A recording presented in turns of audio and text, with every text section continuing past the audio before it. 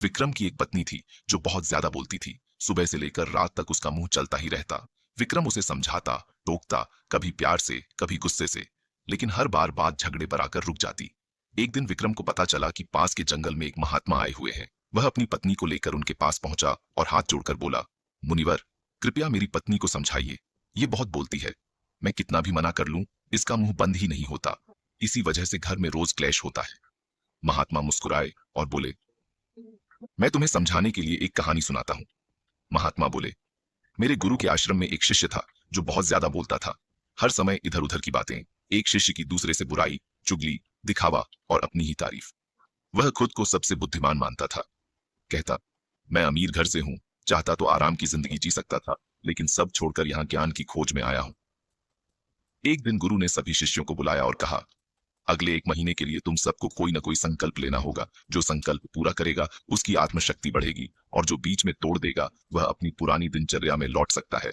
सब शिष्यों ने अपने अपने संकल्प लिए, लेकिन वह ज्यादा बोलने वाला शिष्य सीधे गुरु की कुटिया में पहुंचा और बोला, गुरुदेव, मैं कोई छोटा संकल्प नहीं लेना चाहता, आप मुझे कोई महान संकल्प दीजिए।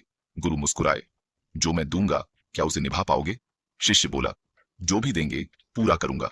गुरु बोले, तो 1 महीने तक मौन रखो, एक शब्द भी नहीं बोलोगे। शिष्य हंस पड़ा, गुरुदेव, ये तो बहुत आसान है। पहला दिन जैसे तैसे निकल गया। दूसरे दिन मन बेचैन होने लगा। तीसरे दिन भीतर भारीपन। चौथे दिन सिर दर्द, घबराहट। चारों तरफ लोग बात कर रहे थे और वह कुछ कह नहीं पा रहा था। उसका मन चीख रहा था, कुछ बोल दो, कुछ तो बोलो। कुछ दिनों में वह बीमार पड़ गया। गुरु के पास पहुंचा और लिखकर बताया, गुरुदेव, बिना बोले मेरा दम घुट रहा है, मैं पागल हो जाऊंगा, क्या मैं संकल्प तोड़ दूं? गुरु ने लिखा, संकल्प तोड़ना भी तुम्हारे हाथ में है, लेकिन याद रखो, अगर तुम इस छोटे से संकल्प को नहीं संभाल पाए तो पूरी जिंदगी कैसे संभालोगे? यह बात शिष्य के दिल में उतर गई। वह चुपचाप अपनी कुटिया में रहने लगा। 15 दिन बीत गए। लगभग सभी शिष्यों के संकल्प टूट चुके थे, लेकिन उसका संकल्प अब भी जारी था।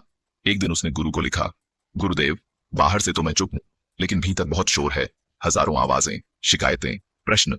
गुरु ने कहा, जब तक भीतर बोलते रहोगे मौन पूरा नहीं होगा। इन आवाजों से दूर जाओ।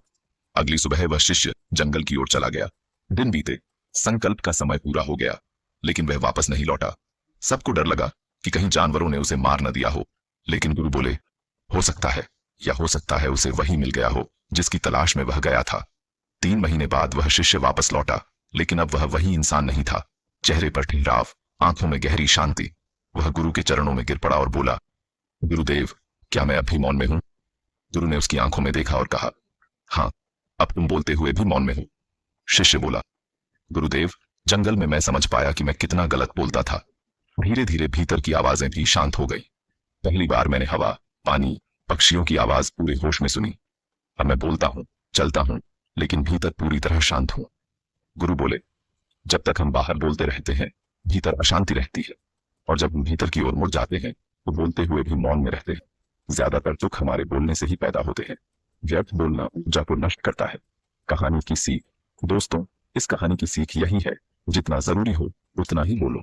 व्यर्थ का बोलना ऊर्जा को नष्ट करता है। जो भीतर की यात्रा करना चाहता है उसे मौन सीखना होगा।